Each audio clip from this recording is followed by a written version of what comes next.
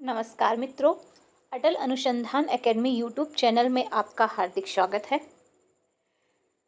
जैसा कि आप सभी को पता है, 16 और 17 अप्रैल को असिस्टेंट प्रोफेसर भर्ती की परीक्षा हुई थी, जिसमें आप सभी विद्यार्थी शामिल हुए थे।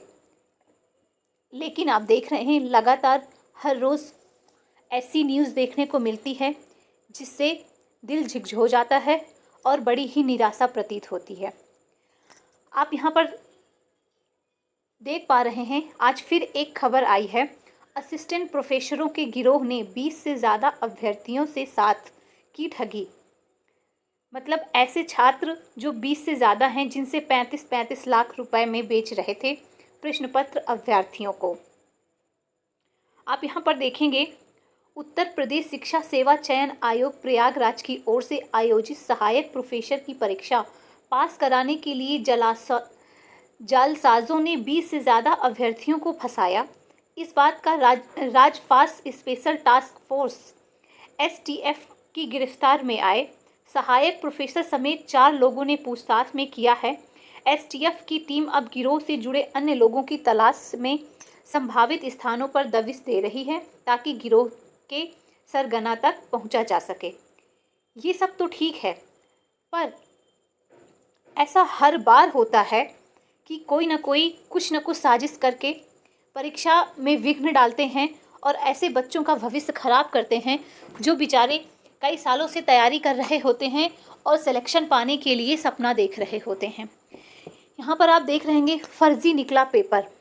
परीक्षा में जब उस प्रश्न पत्र का एक भी सवाल नहीं आया तो अभ्यर्थियों ने विरोध करते हुए रकम वापस मांगी। बात खुल जाने के डर से गिरोह के सदस्य आपस में रकम वापस करने को लेकर चर्चा कर रहे थे। इसी बीच एसटीएफ ने सभी को दबोच लिया।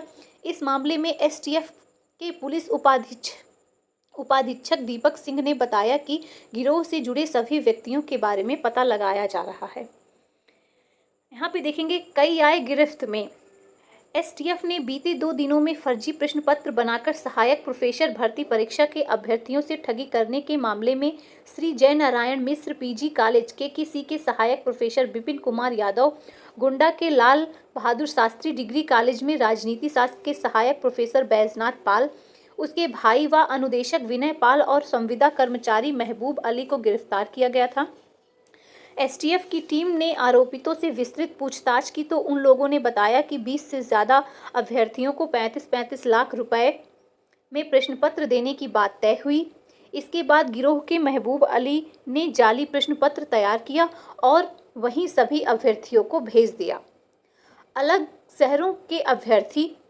पुलिस ने बताया कि गिरोह की मदद लेकर परीक्षा पास करने की कोशिश करने वाले अभ्यर्थी अलग अलग शहरों में रहते हैं। सभी को चिन्हित कर लिया गया है। उन सभी से पूछताछ की जाएगी ताकि गिरोह के सरगना तक पहुंचा जा सके। आप यहाँ पर खबर तो देख लिए, लेकिन निराशा की बात यह है कि हर बार परीक्षा में कुछ ऐसा होता है, परीक्षा लीक हो जाती है या फर्जी प्रश्न पत्र होता है या ऐसे विद्यार्थी शामिल होते हैं जो पेपर खरीद लेते हैं, और उन विद्यार्थियों का नुकसान होता है जो तैयारी करते हैं और मेरिट लिस्ट में उनका नाम नहीं आ पाता, क्योंकि ऐसे अभ्यर्थी नंबर अव्वल कर लेते हैं जो परीक्षा होने से पहले ही पेपर उनके पास आ जाता है और वह बिना किसी मेहनत के, बिना किसी तैयारी के भर्ती होने, असिस्टेंट प्रोफेसर परीक्षा में या किसी भी परीक्षा में भर्ती होने के लिए मेरिट लिस्ट में शामिल हो जाते हैं। आपका इन सब में क्या ही ख्याल है, आप हमें बताइएगा। हम आपके साथ हैं। हम रोज़ नई खबरें आपको लेकर के प्रस्तुत हो रहे हैं, आपके पास आपको बता रहे हैं। आप यहाँ पर देखेंगे कि कैसे कुछ विद्यार्थियों ने असिस्टेंट प्रोफेसर हिंदी के पेपर पर अभ्यर्थियों ने जताई आपत्ति। इस न्यूज़ में अभ्यर्थियों ने आपत्ति जताई है, पर अभी तक कुछ निर्णय लिया नहीं गया है।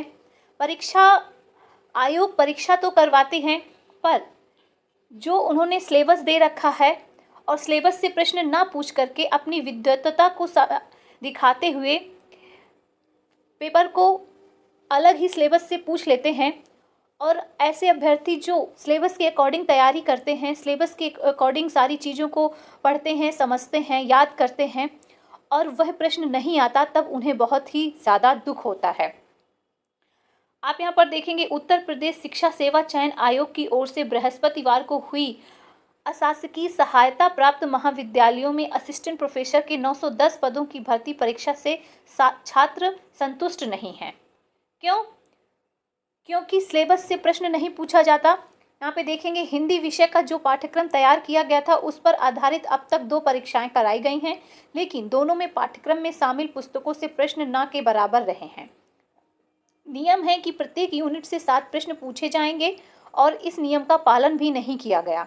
छात्रों ने कहा पाठ्यक्रम में शामिल कविता, कथा और कथेतर और उसकी पुस्तकों से एक भी प्रश्न नहीं पूछा गया है।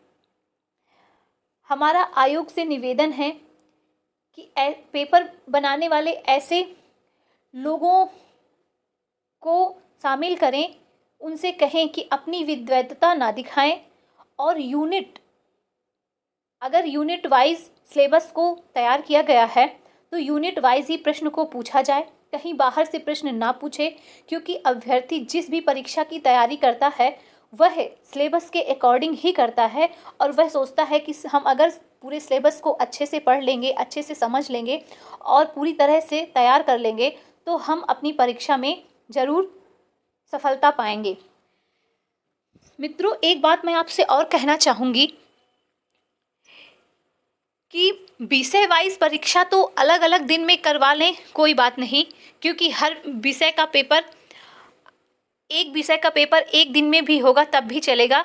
लेकिन जो प्रथम प्रश्न पत्र होता है आपका जीएस का, जैसे कि इस बार 2 दिन में 4 पालियों में परीक्षा हुई। अभ्यर्थियों ने बताया कि पहले दिन प्रथम पाली का पेपर ठीक आया था, फिर दूसरी पाली में थोड़ी और कठिनाई हुई, तीसरी पाली में और कठिनाई बढ़ा दी गई और चौथी पाली में सबसे ज़्यादा जीएस का पेपर कठिन आया था। ऐसे विद्यार्थी जो अपने विषय में तो महारत हासिल कर रखते हैं, लेकिन जीएस पेपर उनके लिए कठिन हो जाता है। जो बच्चे जिस पेपर में शामिल हुए उनके लिए कौन सा पेपर सही है और कौन सा गलत है ये हम तो नहीं निर्धारित कर सकते, क्योंकि जिसको जो आता है उसके लिए वो सरल है और जिसको जो नहीं आता उसके लिए वो कठिन है। इसलिए हमारा आयोग से निवेदन है कि वह जीएस का पेपर एक ही दिन में करवाएं और सभी विद्यार्थियों को एक ही दिन में जीएस का पेपर देने की अनुमति प्रदान करें, जिससे किसी के साथ भी अन्याय न हो और समानता का व्यवहार हो। एक विषय का पेपर एक ही दिन में करवाएं। अगर हिंदी का पेपर 16 तारीख को प्रथम पाली में हो रहा है तो जितने भी हिंदी विषय के छात्र हैं उन सभी को शामिल किया जाए, ताकि उन छात्रों के साथ भेदभाव ना हो। अलग अलग पाली में परीक्षा होने से विद्यार्थियों के साथ ऐसा होता है कि प्रथम पाली का परीक्षा सरल है तो द्वितीय पाली का कठिन हो जाता है, या द्वितीय पाली का सरल है तो प्रथम पाली का कठिन हो जाता है। और ऐसे छात्र जिनको प्रथम पाली की परीक्षा नहीं आ रही होती, दूसरी पाली में लगता है उनको कि अगर हमारा इस पाली में होता और हम सिलेक्शन पा जाते, वो बहुत ही निराश होते हैं। इसलिए आयोग से हमारा निवेदन है कि वो एक विषय की परीक्षा एक ही दिन में एक ही पाली में करवाएं और जीएस की परीक्षा भी एक ही दिन में करवाएं। आप मेरी बात से कहाँ तक सहमत है, आप मुझे कमेंट बॉक्स पर बताइएगा। हम आपके साथ हैं। आप इसी तरह से तैयारी करते रहिए और अच्छे से अपनी परीक्षा में शामिल होइए और सिलेक्शन पाइए। लेकिन जो कुछ लोग ऐसे हैं जो पेपर को लीक कराते हैं, छात्रों से वसूली करते हैं, आप देख रहे हैं कि एक छात्र से 35 लाख रुपए लेने की अनुमति, मतलब 20 छात्रों से इन्होंने बात करी। यहाँ पर देख रहे हैं कि 20 से ज़्यादा अभ्यर्थियों के साथ ठगी की गई। 35 लाख रुपए लेने का वादा किया गया, कुछ से 5 लाख एडवांस, कुछ से 1 लाख एडवांस रुपए ले लिए गए और अब जब परीक्षा में वो शामिल हुए और उनका फर्जी पेपर निकला, उन अभ्यर्थियों ने अपने पैसे मांगे तो देने के लिए तैयार नहीं हुए। उन अभ्यर्थियों को कितना ज़्यादा बुरा लग रहा होगा। लेकिन अभ्यर्थियों को भी यह ध्यान देना चाहिए कि वह अपनी तैयारी को अच्छे से करें, ना कि ऐसे लोगों को बढ़ावा दें, ऐसे लोगों को